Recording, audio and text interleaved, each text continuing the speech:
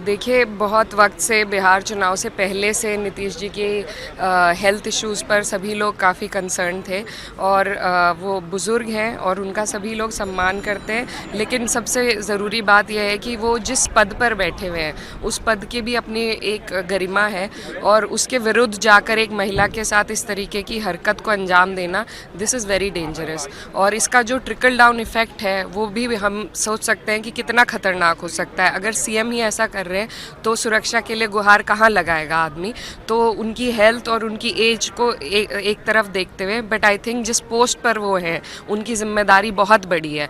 तो I wish he gets well soon and I hope कि इस तरह की चीज़ें ना हो। इनसे एक बुरा संदेश हमारे समाज में जा रहा है और ये किसी रिलीजियस एंगल से नहीं देख रहे हैं कि कोई भी महिला हो, किसी भी मज़हब की हो, किसी का इस तरीके से दामन को छेड़ना, उसको खींचना गलत है। और ख़ासकर जब इतनी बड़ी कुर्सी से ये हरकत होती है तो नीचे तक प्रशासन पे इसका फ़र्क पड़ता है। तो उसके लिए हम सब हमें बहुत चिंता हुई और ये सही नहीं है। और उन्हें मैं बस यही कहना चाहती हूँ कि I hope he gets well and I hope this stops. जंगल राज कहते कहते नीतीश कुमार साहब ने सबसे पहले पावर में आए, वो जंगल राज कहा कि वहाँ पे औरतें सेफ़ नहीं हैं, असॉल्ट होता रहता था, औरतों का रेप होते रहते थे।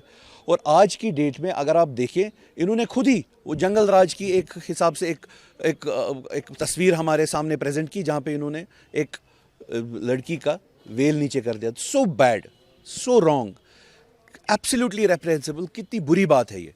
और अनफॉर्चुनेटली मुझे तो ये ऐसा लगता है कहीं ना कहीं या तो ये कोई या तो ये अपीजमेंट है या तो मेंटल डिरेंजमेंट है। In both the cases the man should resign from the post of the chief minister. 46% आपको अभी लोगों ने वोट दिए हैं, एनडीए को वोट दिए 46% वहाँ पे बिहार में। तो आप ये सिग्नल कर रहे हो सब लोगों को कि इस तरीके की मानसिकता ठीक है, जहाँ पे आप मुस्लिम लेडीज़ को आप उनको डिग्रेड किए जा रहे हो, वो that is absolutely fine.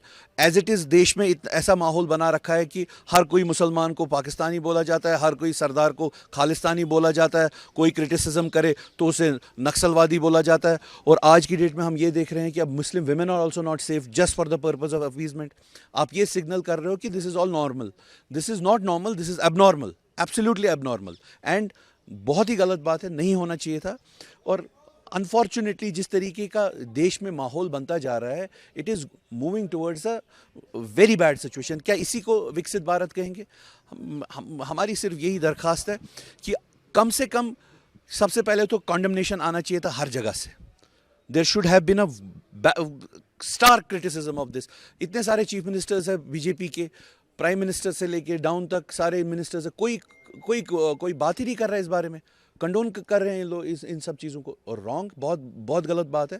Criticism होना चाहिए इसका और they should highly criticise so much so that he should resign from the post of the chief minister, because Muslim community is not for bashing, is not for assault, as simple as that.